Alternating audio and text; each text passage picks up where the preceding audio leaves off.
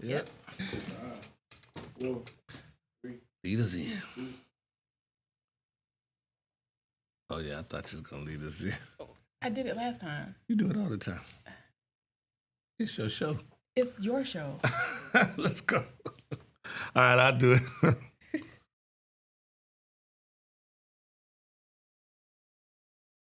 Yo, how y'all doing out there? This is the new episode of King and Sharif. I'm Sharif, and this is... And I'm King. That's what's up. So, man, what are we talking about today? All right, so originally we were going to talk about starting a new business, how to start a business, because we're both business owners, right? Mm-hmm. But I think before we jump into that, I think we should address the elephant in the room that everybody's been talking about for the past few days. Mm-hmm. I want to know what your take was about the halftime show at the Super Bowl, because there's been a lot of discourse behind that, and I'm interested to hear your thoughts. Okay. I got a lot of take on it, but I'm a simplify so we can get through the episode without me talking through the whole episode. Well, it's a podcast, so yeah, I know that's what we're supposed to do. I mean, it's okay. I know that's what we're supposed to do. Yeah, it's all right.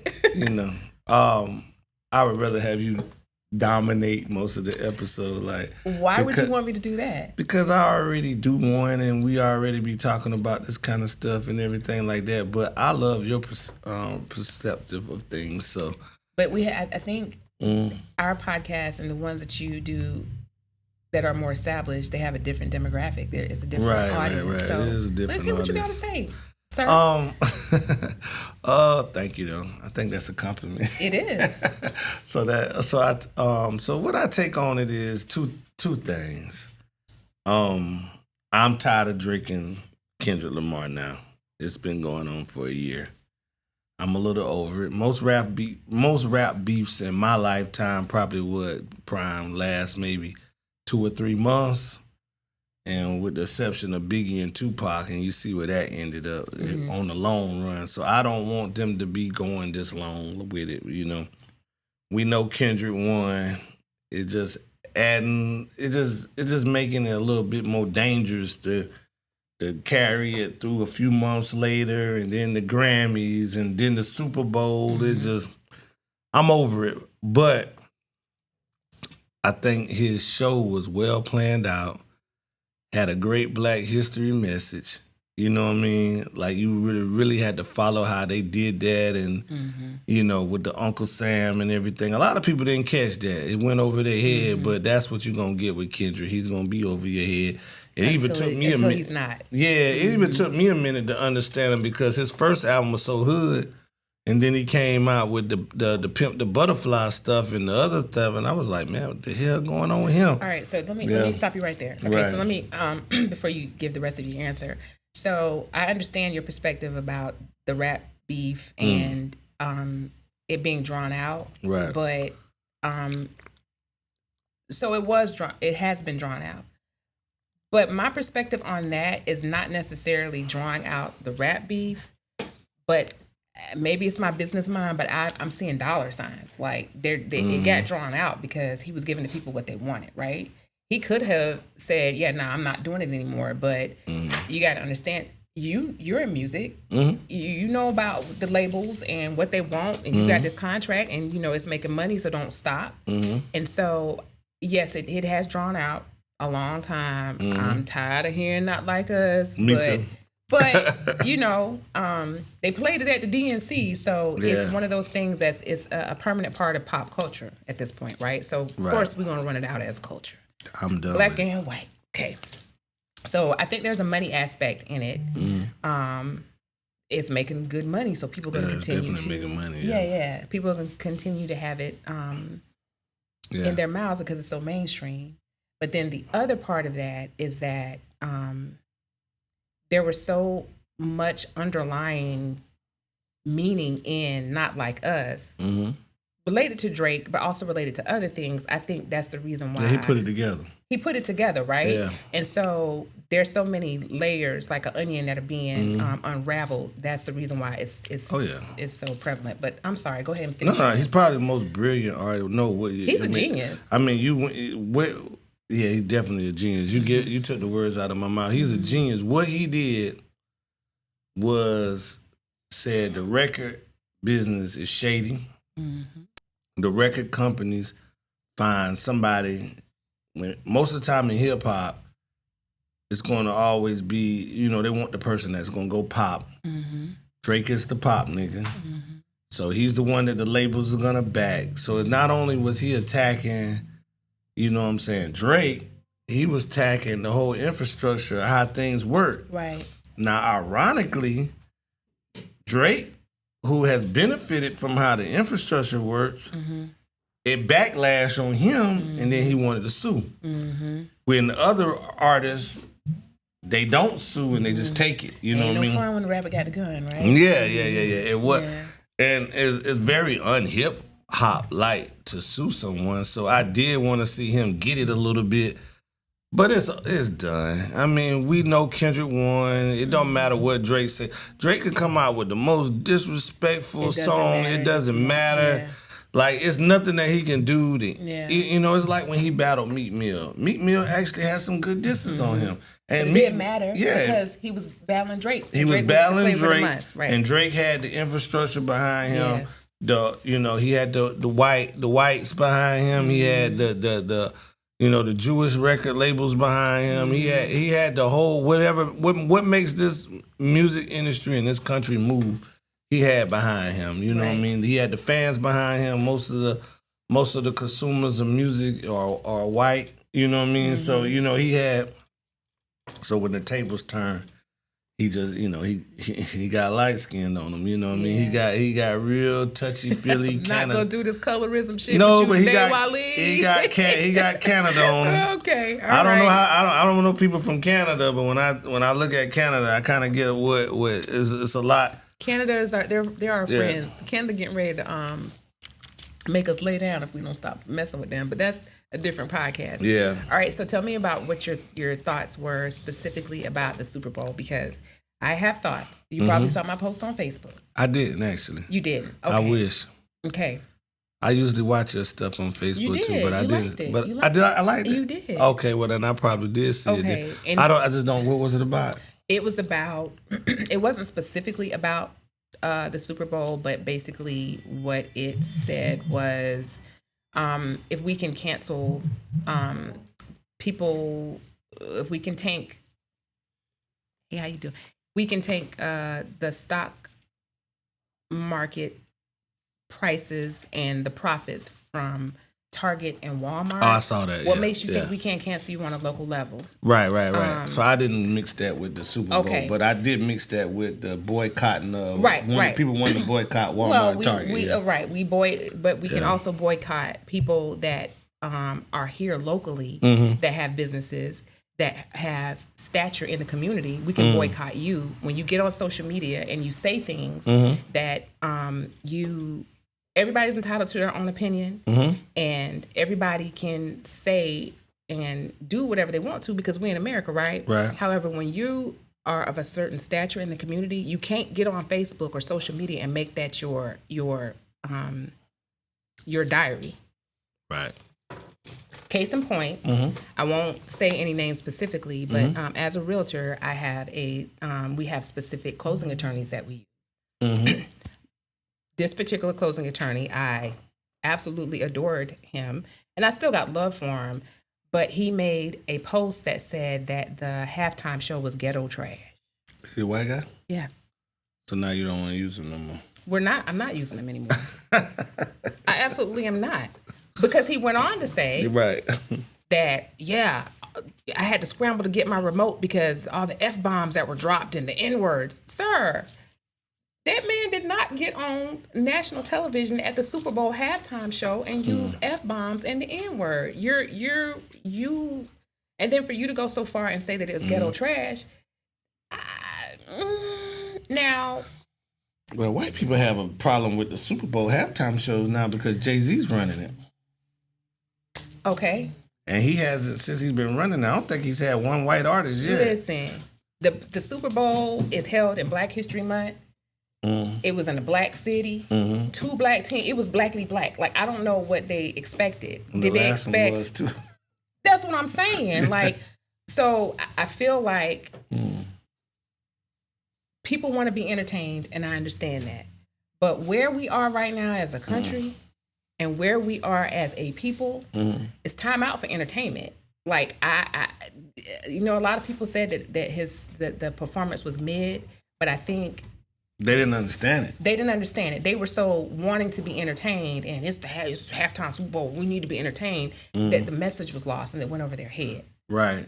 Can I be truthful so I don't be a hypocrite about Absolutely. this? Because I had about 10 people with me watching the Super Bowl. Okay. And I fell asleep during the halftime show. I'm gonna tell you what. We've been up all night the night before playing cards. I had to work the next morning because even though we were in Myrtle Beach, I have a business in Conway, and it was my daughter's birthday. So she went off for her birthday, so I caught the calls in Conway and wound up having to go do that. So I actually worked till about 12 while they were just asleep.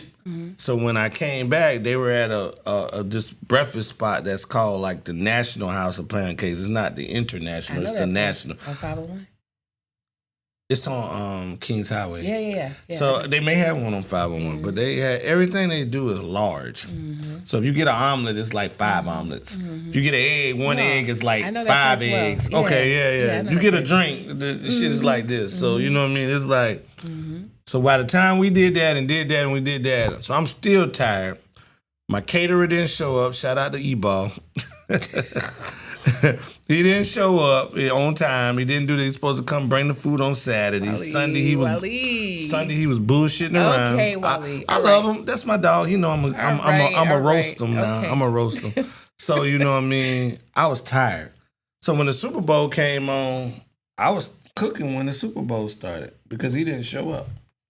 I mean, I still was able to go to Mr. Fish. Shout out to Mr. Fish on 70-something north of Myrtle Beach.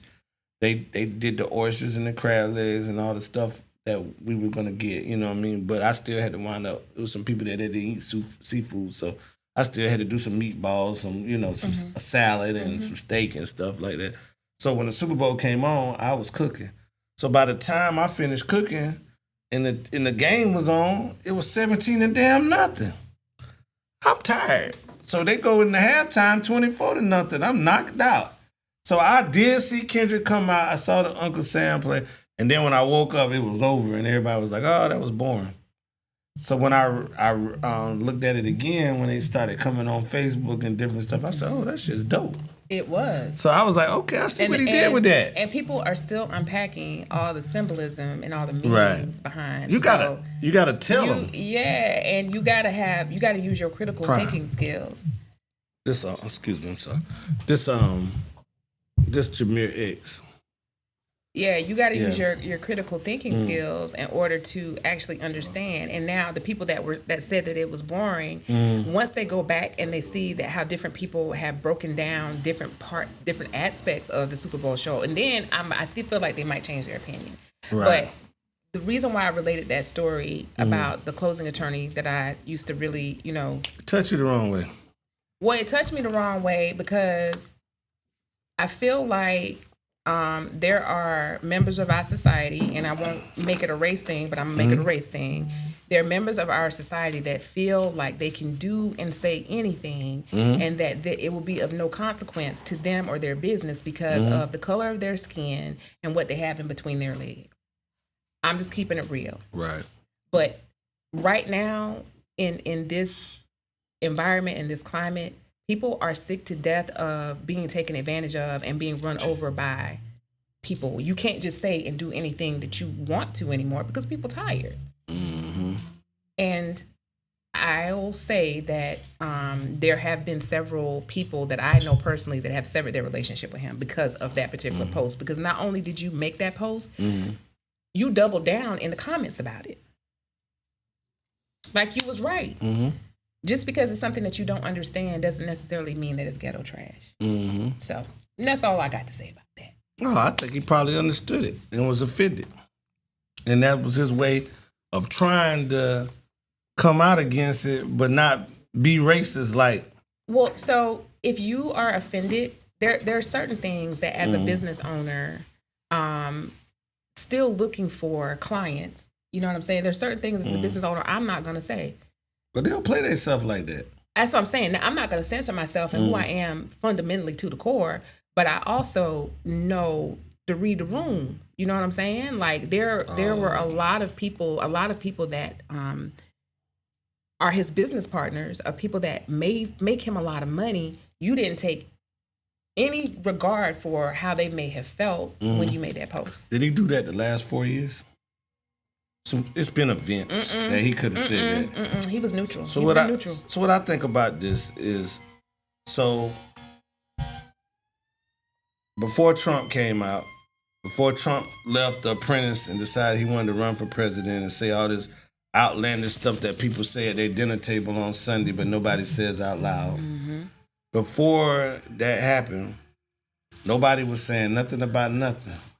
Soon as he says something, now all of a sudden everybody got the balls and the ovaries to say absolutely whatever they want to say. Right. We caught hell his first term. I know.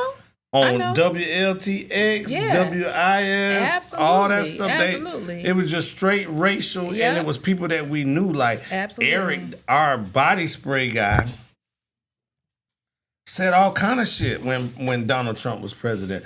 And I told Joe Owens, I said, hey, look at Joe, I'm not dealing with him. You need to find somebody else. At the place, okay. Yeah, I said, Eric, I think his name is like Eric Shannon or something like that. He's got like he's good work. He does good work. He ain't, he used to be on Broad River. He's not he's not expensive. He does good work. I'm not taking care of his work, but when he said all of that stuff, I said, yeah, I ain't dealing with him no more, Eric. Not taking nothing to his shop and sitting around there and all that kind of stuff. I said, man, find somebody else that can do that. And then he wound up telling, I don't get it. And then he wound up telling, I'm sorry. And then he wound up telling, so Joe wound up telling, like, hey, man, the black guys here don't want to deal with you no more. Then he went, so he was just like, we'll give you some business, but it's not going to be the same. He was willing to lose a big contract or half of a big contract with Galliana just to say his piece. So, did he leave? No, I mean, they just stopped you. Well, I mean, where Joe Owens was keeping him around a little bit, but then even when Joe Owens left, then they didn't give him anything no more. Tally wasn't giving him any business. Cliff wasn't going to give him any business. So that's my point. I think people are going to say what they want to say and do what they want to do because they don't think that they're going to suffer the repercussions of free speech. But at the end of the day, our black dollars, they matter. And we spend more money than anybody else does. But they don't care. Oh, I lost $30,000, $40,000 because I spoke out against this bullshit that's going on. That's how they think. Not everybody. And I don't want to make it seem like, I got a lot of, once again, I got a lot of white friends that have eaten dinner at my house. My son's best friend is white. White people, I love white people. Well, I do, and I don't want to offend. But it's them motherfuckers that make it bad for everybody. Right, you know what I'm saying? Right. It's almost like saying all black people are bad. Everybody's not bad. And I don't care if you voted for Donald Trump. I get why some people, especially rich people, would vote for Donald Trump. But I don't get why some of all these poor, but most of this South is poor. Like I say on this, most of the South is poor. So why they would vote for Donald Trump, it just means that what he's saying, they feel. You know what I mean? That's just what they feel, and they can't come out and say it because they still work with black people. They do this with black people. But if they could just say, yeah, I support Trump. Like I'm online today and like they battering him, they bashing him because the eggs went up again. And I was just like, no. The man told y'all what he was going to do, so I don't understand what. No, he said he was going to slash egg prices, poultry prices, and he was going to slash the gas prices. Got it. And everything is going up, and now we're almost in 2 months. Got it. So he said day one. Yeah. He didn't say it was going to take me a couple months to get this shit Biden did right. He said day one. Yeah. So on day one, we saw him changing all of this shit that was against minorities. Mm-hmm. But he didn't do anything that he said that could benefit his people. You know what I mean? That was like, yeah, fucking Biden's got the eggs up. You know what I mean? Like I can't even scramble an egg. You know what I mean? So like, you know what I'm saying? So like now, you know what I'm saying? They seeing it, But now they done changed course. They like, oh, it takes a while. Y'all didn't say that when Biden was here. Y'all didn't do this. Y'all didn't do that. Y'all got to give him a break. He's fixing a lot of mess. And I'm just like, he's the one that said day one now. That's why I was hammering him today. I probably took a whole hour and just, well, wait a minute. He said day one. I mean, we was willing to give him time, but he said day one. So is he a liar or, you know what I mean? You know what I mean? So, yeah, so that's what they say, So that's a great segue into what we actually were going to talk about today, which is business. I don't know anything about business. You don't know anything about business? Neither do I. Neither do I. So, ain't that what us as black folks supposed to do? Not tell other black folks how to do business? Because whatever I know, I'm going to tell somebody. Are we breaking the law, though? How are we breaking the law? Because we supposed to be gatekeeping how to... Because us as black people, we're not supposed to tell other black people how to start a business. That might be how you roll. But I'm going to tell anybody, whatever knowledge that I have, I'm going to give it to everybody because there's going to be certain people that's going to want to do business with you and not with me. Oh, no. That's how I roll, too. I want to tell people how to do absolutely. stuff. But other black people don't want to tell anybody because they think we're going to advance over. Shit. Yeah. That's crabs in the barrel stuff. We ain't got time for it. There's enough money out here for everybody to get it how they live. It definitely is. And people don't realize that McDonald's has never complained about Burger King being across the street. That's right. And Burger King has never complained about or Wendy's has ever complained about being across the street from McDonald's. That's right. They all making money, and if somebody making a little bit more than the other, they don't care. They don't. So tell me about all of your businesses and what made you, I think we talked about this before, but tell me about what businesses that you have and then what made you decide to not be W-2 anymore. And yeah, I'm still W-2. Went S-Corp. We'll get into that later on, okay? I don't know. You know me. I've been working in the car business 20 years. Mm-hmm. I worked with your husband probably 15 years of that. I'm sorry. I apologize. My fault. Ex-husband. I'm glad I ain't got no man. It's always. Y'all was together so long. It's gonna always be your husband to me. But I apologize. I apologize. Okay, I'm sorry. Let me correct that. Ex-husband. I'm always gonna be his ex-wife. I mean, sorry, his wife. It's all good. But everybody know y'all. Together. Y'all was together so long. Nobody knows who you was with afterward, and he. Y'all was couple goals. Pull your foot out and keep talking. Yeah. So anyway. So I worked in the car business for all those years. I tried everything illegal that you could do. While you was working while I was in the car business, I came in the car business selling weed. God damn. I came in the car business bootlegging. Terry can tell you, I had bootleg everything from shoes to bracelets to. I tried everything that wasn't working the right way. So. What I did, one thing I stopped doing is I stopped being rebellious. And I just started getting in the rooms with people and listening. What made you stop being rebellious? Well, I mean, it wasn't people that was telling me, they always tell you that shit to throw you off. You just don't know how to play the game. You know what I mean? But you start off and you just start fussing about everything and say, I ain't going to do that. I ain't gonna kiss no ass. I ain't gonna do that. I ain't gonna laugh at them jokes and stuff like that. But and I still didn't. But I did start chilling at the desk a little bit more, and started listening to different stuff. Different vendors was coming in, and I started listening to them. And then I picked up what other people, black people, refused to teach me. So you know what I'm saying. So when I gathered, it took time. When I gathered it all together and I was ready to roll, COVID hit. And then it taught me another thing. You know what I'm saying? I saw all the people that was up here come down. That's right. So, you know what I'm saying? I was like, okay, so this is what I'm going to do, this is what I'm going to do. But I already knew about the bond business because I had worked for a bondsman in college.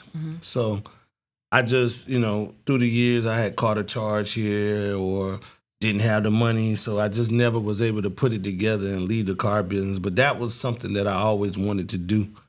And but thing about business, man, is the biggest thing is about find something you love to do. Okay, so the bail bondsman. So you've been a car salesman. Right. You're a bail bondsman. What else do you have going on? Well, so I got a hot dog stand. Really? Yeah, I got How did I not know that? Because I don't even really do it around here. Like it's at the Okay. beach. Okay. You know, I got a family-owned hot dog stand. It's called Daisy Mae's Hot Dogs. That's Okay. my grandmother. She made the best hot dogs. So That's what's up. So yeah, we do the hot dog stand. We do festivals, and D Head got all kind of regulations in South Carolina and stuff like that. So you gotta have this and have that. So, but you could do the festivals without having all the Right. D Head stuff and Right. have to get the grade and all that kind of stuff. So we do festivals and events and things like that. Okay. Stuff that you 1 day stuff, 2 day stuff. So we do that. I do insurance. Now tell me about your insurance. So I'm property and casualty. So Okay. I do auto insurance, business insurance, truck, commercial insurance. I do a lot of stuff, but I did sell out. I went to become an Allstate agent. Okay. So I was you're a captive agent for them. So I'm in school. Oh. So what happened was when that big storm came and all that kind of stuff and all of this stuff came out, they suspended people starting their own business from scratch Got it. anymore. So when they suspended that, they said, well, if you do want to open an Allstate agency, you got to buy a book. So a book you is, gotta put the business. a book is somebody that's going out of business or wanna relocate and do another and say, okay, you can take my Columbia location, and it's gonna cost you this much. You know what I mean? So you buy their book, or the book has got. And I have a book in the bond business too, but the book is all their customers. Okay. Their customer base. But what you really want to do is start from scratch, you know what I mean? And build your own clientele. Then you don't have no big loan out there that you Right. got to pay every month, Right. and you don't have all the regulations and stuff that you got to do, but and all of that, calling people and reassociating them. yourself with Right. them. And Right. then when you got the book, so say, you got Miss Molly, she may not want to deal with you, you know what I mean? She's Right. been dealing with this person for 40 years. She may not want to deal with you and want to take her business over to somebody older or somebody a different Understood. color or somebody, you know what I mean? Yep. You got different people that want to do business with who they want to do business with. Right, So, right. so even though you bought that contract, now you're going to lose it. So anything that come off of that, you Right. don't You get still got to pay anything for off. Right. I understand. But you still paid for it. So I didn't want to get in there. And the more and more, and I was going to buy the book, had the loan already. I'm almost finished with the insurance school. And I'm going to complete the insurance school. But I don't want them to turn my building to an Allstate building. Right. And they've already even came by and done the inspections and everything. Like, it's already good to go. You know what I'm saying? It ain't like I got to take no big tests at the end. I just got to finish their thing, which I'll be done with the middle of March. You know what I'm saying? Okay. So I'm going to complete it, and then I'm just going to wait around to when they open back up where you can, find your own building and do all this kind of stuff. And because they got too much control over you when you buy the book and all that kind of stuff. I just want to start from scratch. So. Understood. But yeah, I sold my insurance business. Okay. Because you can't, while you're in school, once you sign with them, you can't do do any more independent stuff. So what else you got going on? So you Yeah, got the hot dog stand, the bail bondsman, insurance. the bail bonding is big though. That's the biggest Yeah. shit. You know what I mean? That's 5 locations. What else do we do? The entertainment company, man. Me and Prime Tech, we got Live Oak Entertainment, Prime Tech Studios. I had a music studio. I just now really kind of dismantled that and want to revamp that with some different, with some different people, different clients, different area. You know what I mean? So I really want to be somewhere where I'm getting people in there that don't want to smoke and drink all day. It just kind of got to the point where, you know what I mean, where it's like 5 people jumping out the car, everybody got guns, everybody got weed, and you know what I mean? Yeah. It's just a bad Right. most studios is a bad environment, At my age, I'm not young anymore. At my age, I don't want to deal with that. So I want to go a little bit more control with that. But you know what I mean? I did have a studio. So a lot of stuff, we don't even have no more. Like we revamping our whole thing, but the entertainment business is blowing up because we doing shows. I mean, we don't manage, we're not a record label, but we provide, we provide views. You know what I mean? We work in the internet, so Right. you know what I mean. So we trying to build that. And I mean, as far as business wise, that's pretty much it. You know what I mean? I got a you know, I can tell you about this, but I got a ride. I don't have a ride share company, but I'm invested in a ride share company. Okay. It's called Cruise. Young brother that was at USC. I ain't gonna name his name because he's shy. But a young brother that was at USC, he came up with a way to battle with Uber and Lyft. Mm-hmm. So he started it in South Carolina. He got contracts with USC and contracts with Benedict and Columbia College to get their students different places where they. So I know you know the Uber driver killed somebody down there in 5 Points a few years ago or whatever. So he rivaled that, you know what I'm saying? So it got to the point where he's now got 12 drivers and all that kind of stuff. So That's he was, what's up. man, so he was doing all of this shit on his own. And I mean, he came to me, it was actually on some bail bond shit. He was trying to bail bond a family member. And he was just like, man, you know, we got to talking, and I really don't talk numbers with people. But I got to, you know, he was real smart. So I just kind of gave him what a glimpse of what, you know, what my company's worth. You know what I mean? So Let me hold something, Wally. I don't have money. It's just worth that on paper. No, I think I got cash. I need about $20. I know you got that. I got $20, Okay, but yeah. So when we was talking, he was just like, "You looking for investors?" And I said, "Yeah, I invest in you, young brother. But I mean, what you looking for?" And I mean, he broke down a business plan for me and everything like that. So we jumped in it. I mean, Uber offered $600,000. Lyft offered $400,000 just to run him out of business. I mean, I'm an investor, so I guess you can say I'm an owner, but you know what I mean? I don't look at it like that. I look at it as an investment. He's the owner. It's his vision. I'm not, you know, just because I put some money in it, I just want a return on my money. I don't want to be, you know, say I own this company. Now, this brother did a lot of work for me to just come in with a check and say, hey, I own your company. I don't own his company. So, you know what I mean? And even the little percentage that I do own, it's not, you know what I mean? When they come with the big check, I'm gonna have a little. It's gonna be nice, but I mean, if Uber offering $600,000, that's probably $60,000 of it is mine. So it's not a whole lot of money. You know what I mean? But he's got a great idea. So what are your for someone that comes to you and says, "I want to start a business"? What is your first piece of advice that you would give them? First, do something you love, not something that you want to make money on. If you think that, you know what I'm saying, that this is lucrative and that's all you see about it, it's not gonna work. If you make the best Philly steak sandwich, and everybody's told you make the best Philly steak sandwich, and you know what I'm saying, you just say, hey, I can make $1 million, then it's not gonna work. If you just love to cook, and you would cook even if you didn't make a dime out of it, then that's where you want to start with is, you know, how much. Same thing with music. That's why if you love to do music, you love to perform, you love to do this, you know what I mean, then that's how you start your foundation, you know what I mean? And I'm just saying that because I see a couple of artists out here, you know what I mean? But that's how you start. And then after that, you get you a lawyer. If you don't got enough money for a lawyer, then you ain't ready to go in business. I started my businesses without a lawyer, Wally. No, I mean, a lot of people can. I did too. But, you know what I mean? Like, a lot of stuff, you know what I mean? Like, I think I think that's subjective to what kind of business you're opening. What kind of business you got. Right, because I got a lawyer on retainer, right? I got somebody that I can call if something jumps off. Right. But that is purely dependent on what you going into bit. Like my cleaning company, I didn't have a lawyer for that. You got employees? I absolutely have employees. Yeah, I gotta have a lawyer.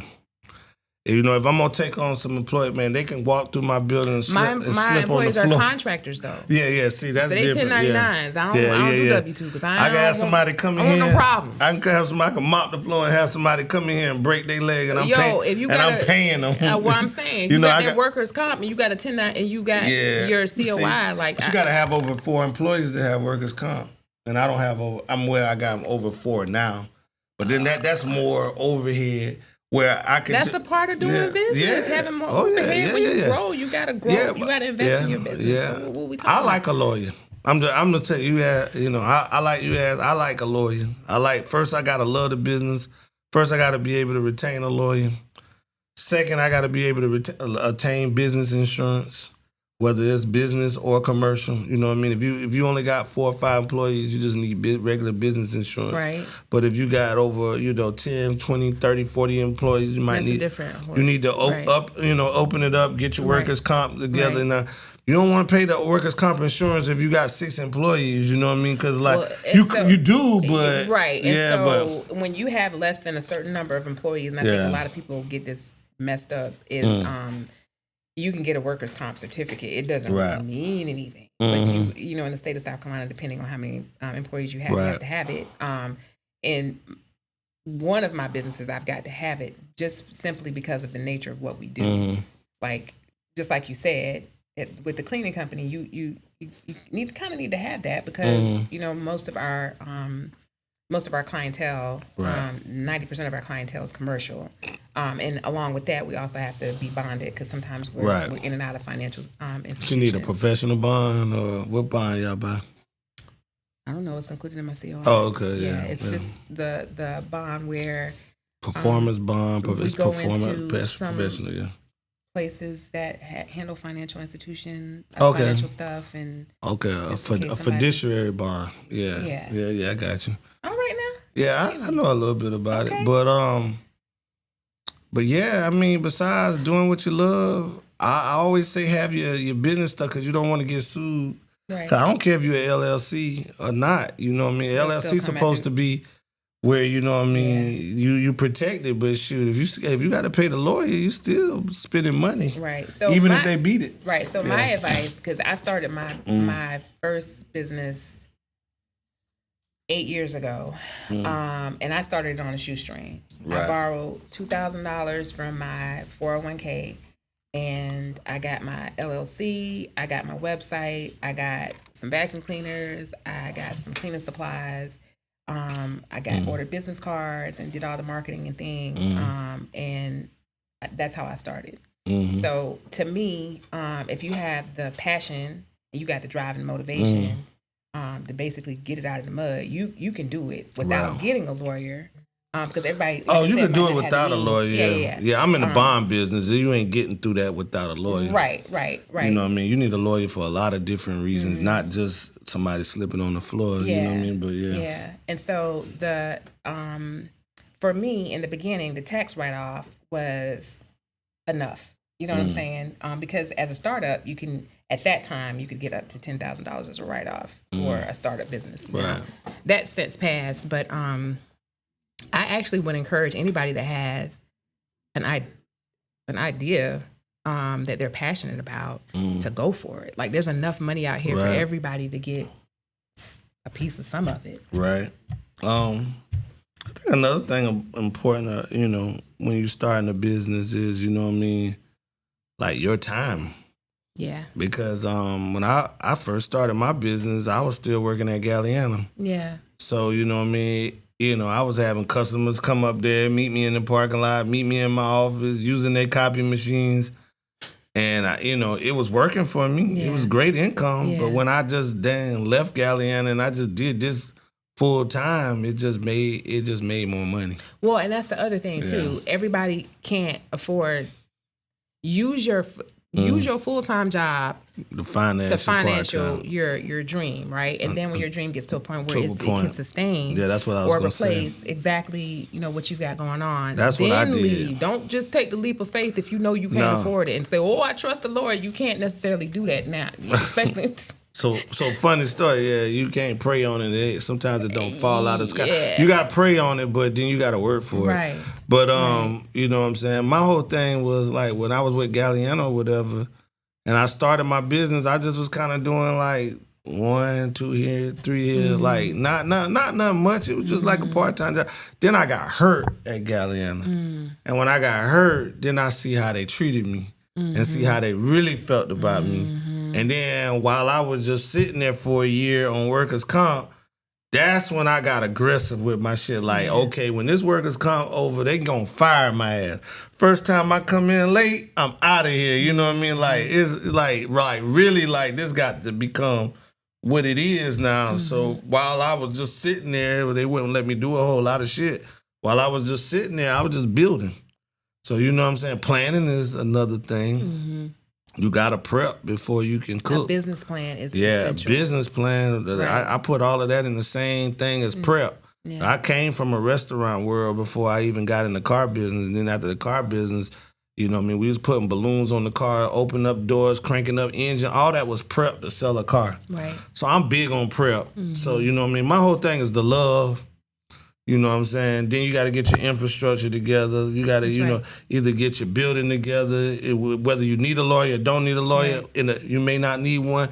In my business, you definitely need one. You're dealing with people that'll sue you for different stuff. You know what I mean? So you got to have that together.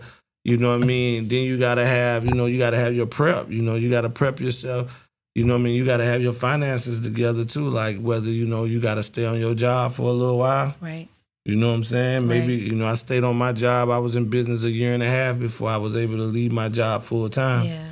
You know what I mean? I think people need to also understand the importance of your personal credit as well as your business credit. Gotta have your business credit. They're two different entities, but they're kind of intertwined to a certain extent, depending on what type of business credit you're trying to get. Now, kind of what you said with the lawyer. Now, I caught the business credit late.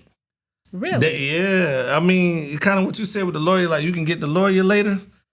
I was like that with the business credit. Like I came in with my own money off of working. You know what I mean? And even it wasn't a whole lot of money because I was on workers' comp. So I was only getting 2/3 of what I was worth. You know what I'm saying? So now I want to ask you for $50 since you came in with your own money. I came in with my own money. Like, no, I didn't get a loan or nothing. They wouldn't give me a credit card. I had a 670 to 700 credit score, but I was in debt. Because, unfortunately, you know what I mean, with my family, everything was in my name.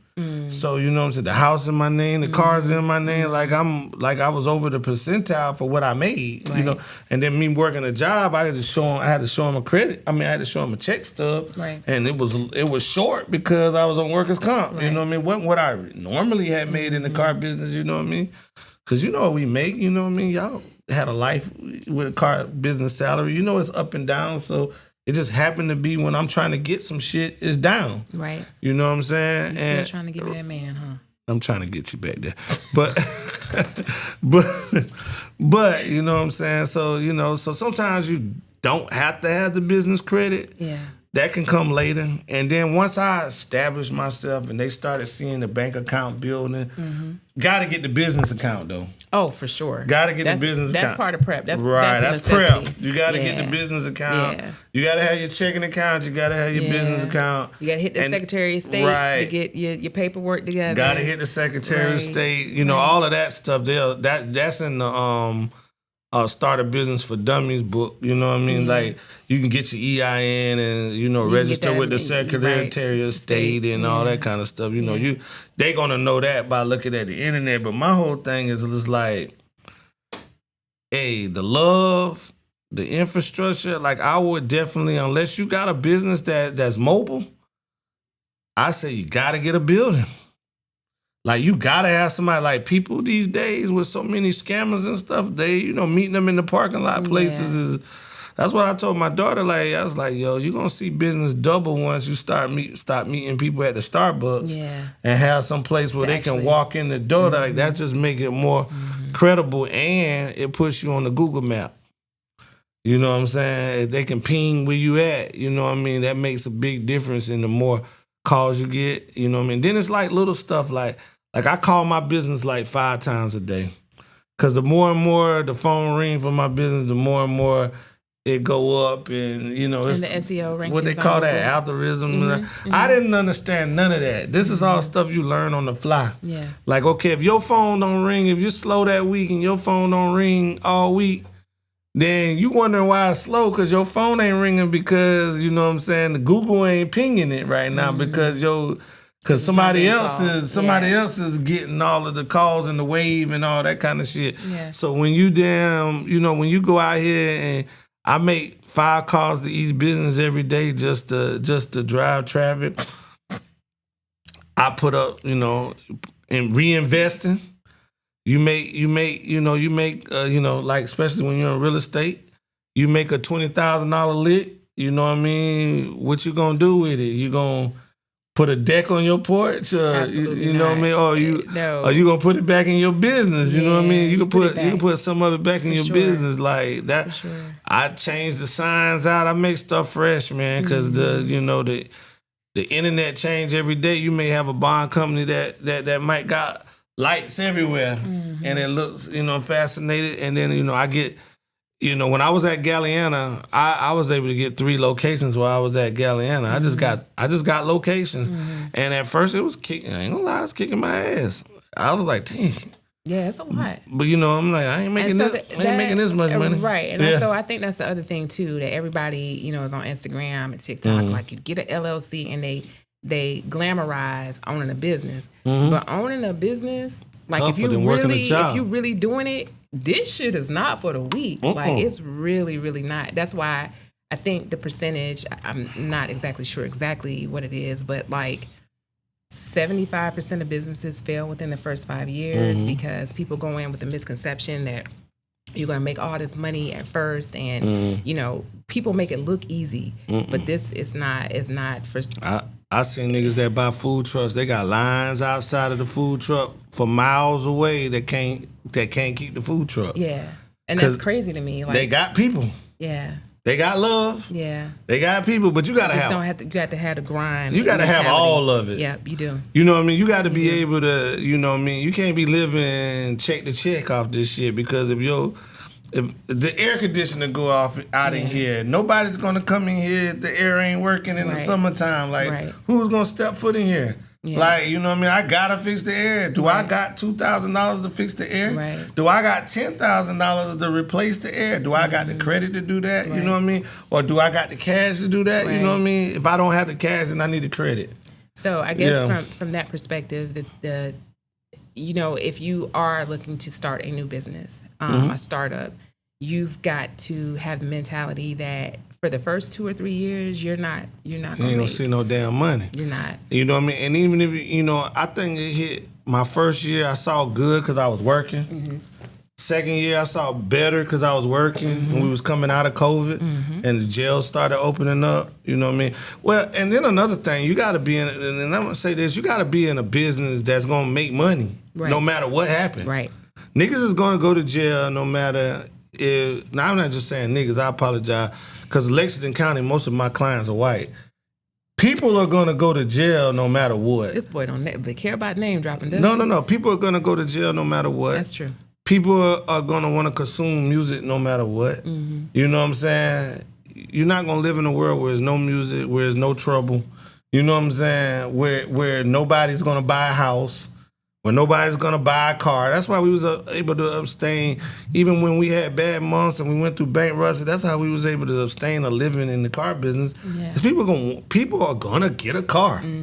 You know what I'm saying? You just gotta make them want to get it from you. You gotta be with a company that's gonna advertise and get them in, and then once they get them in, you gotta be able to get them in, get their ass in a seat. You know what I'm saying? So, I mean, crack game, weed game, car game. Bond game, real estate game, all this shit is all the same hustle. You know what I'm saying? It's just, you know what I mean? You just gotta grind, what you said. You know what I'm saying? You just gotta grind and stick to it. You know what I'm saying? When the hard days come, you can't just say, oh, hell no, I'm going back to work. Nah. You know what I'm saying? Nah. Well, then, you should have never got into it. Yeah. If you had the mentality like, if this ain't gonna work out, I'm going back to work. You know what I mean? Yeah. No, you should have stayed on the job. Well, and that's part of the reason why I didn't have a problem leaving Blue Cross, because, as good as Blue Cross was paying me, I can't leave my good W-2 job to my children. Right. You know what I'm saying? I want to leave them a legacy, and I want to be able to provide for my sweet little grandbaby, and, and there's enough money out there for everybody to get some. Yeah. So I was able to pass my business down to my daughter down there in Conway. She's supposed to have Florence too, but she don't like working Florence. Why she don't like my hometown? Florence is a difficult town to work bond business in. They got their little 4 or 5 people that they've been dealing with for 40 years. True. Anybody new, it's true. They gonna give them a hard time. So you gotta have thick skin, and her skin ain't as thick as mine. It's like understandable. I laugh at shit like that. I be like, all right, you want me to You want me to go all the way back across town? Okay. You know what I'm saying? I'm still making more money than I would have made sitting at home today. Right. So, you know what I mean? I look at it like this because it was a white man told me a long time ago, Bob Pickens. You know Bob? Mm-hmm. So Bob was like my old, I mean, I learned something from everybody, but Bob was like my inside. He probably ain't tell me everything that was going on in white America, but he was my inside to how white people think. I sat next to this man for 18 years, and I learned a lot, from more than I've learned from anybody else, my mother, my father, you know what I mean, any black salesperson. I learned more from him than anybody. Because he just used, and then I'm pretty sure he didn't give me everything he gave his son. Of course not. But he gave me a lot. He gave you enough. He gave me a lot. And he told me, and every time I got to complaining, like, damn, I ain't made no money on that one.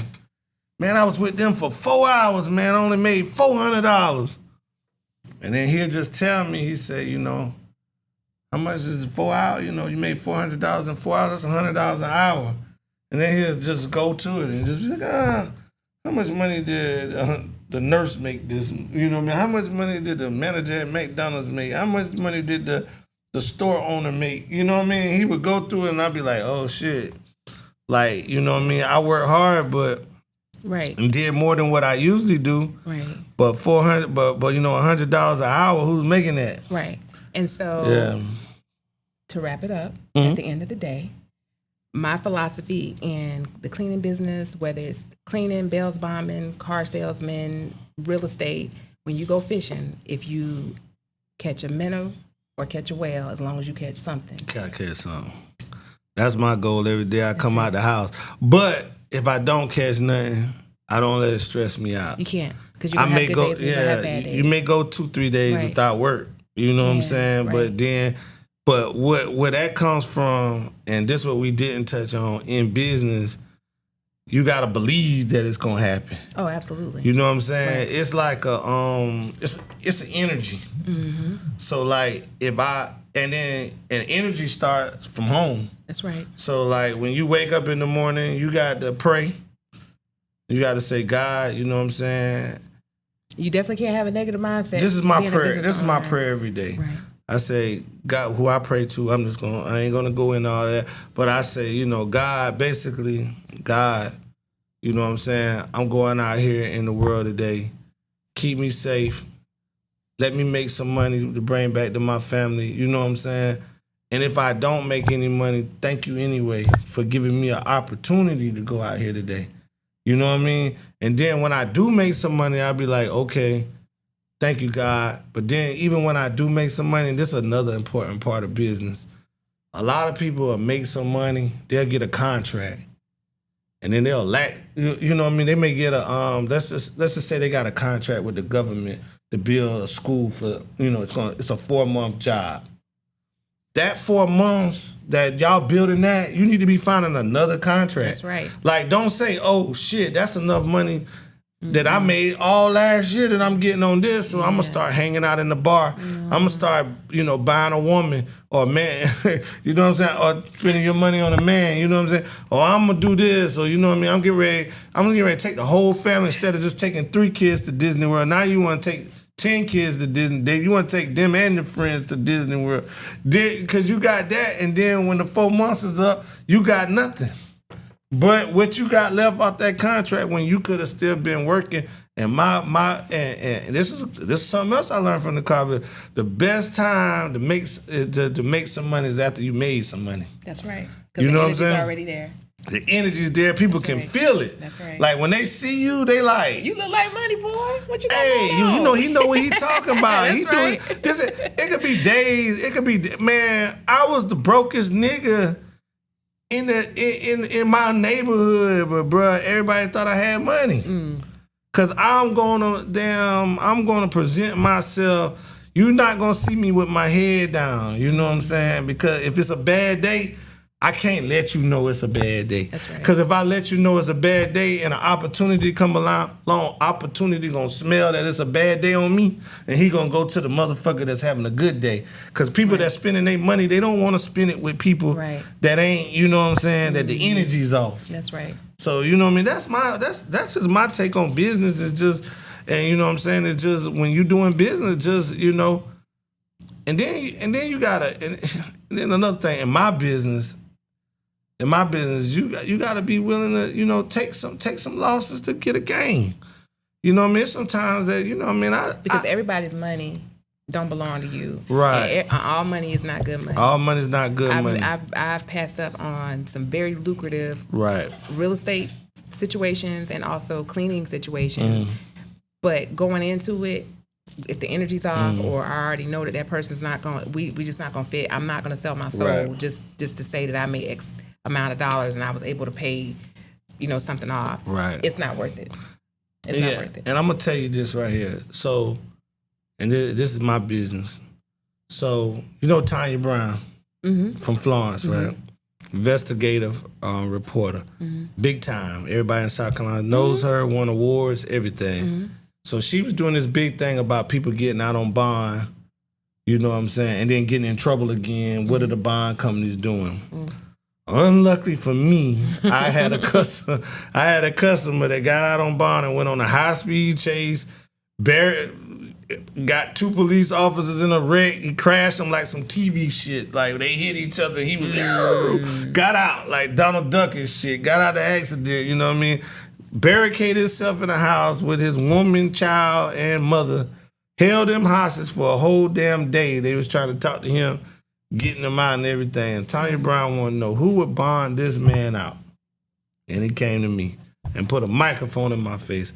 2 lessons. When you in business, you got to be ready for anything at any point. That's right. Because it's people out here that don't know your story and they going to put you on the spot. News camera, dead in my face. Sir, what are you going to do? And I don't know how I did it. But I was just able to explain it to her because I'm passionate about what I do. I was able to explain to her our side of the business where the bond association saw that interview and they start trying to shy away from you. They was just like, hey man, I like what you said. Like they may not have been able to handle it the way I handled it. And maybe the way I handled it was just God. But I deal with truth. You know what I'm saying? I just told her the truth. Like, if I don't do it, somebody else is going to do it. That's You right. know what I'm saying? I look at it. They tell me a story. I may believe them. I may not believe them. I didn't get no bad vibes from the people. I didn't know he was going to go on this, get out of jail and do all of this shit. Because you're his bail bond. I'm his bail bondsman. He called. I got the phone calls from him. He paid. He paid what he was supposed to pay. This is somebody that's a good client to me.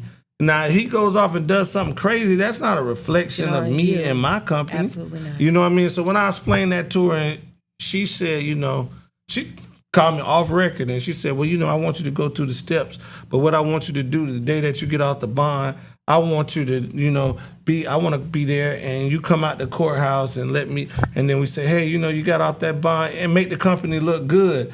You know what I'm saying? And I really didn't want to do that because it looks like, you know what I'm saying, like I wasn't on my client's side, but my client fucked up. So at that point, another thing in business is sometimes you gotta do damage control. Sometimes you gotta cut off your hand to save your arm. I had to do some of that this week. Yeah, some of the stuff that you don't want to do, you gotta do, because you know keeping it real may cost you everything. You know what I mean? So sometimes you got and it's not keeping it fake, it's keeping it business. That's right. You know what I mean? It's a real, a fake, and then it's business. You got to find the middle. No, you don't want to be a fake ass nigga. You want to be a real ass nigga, but you want to do business too.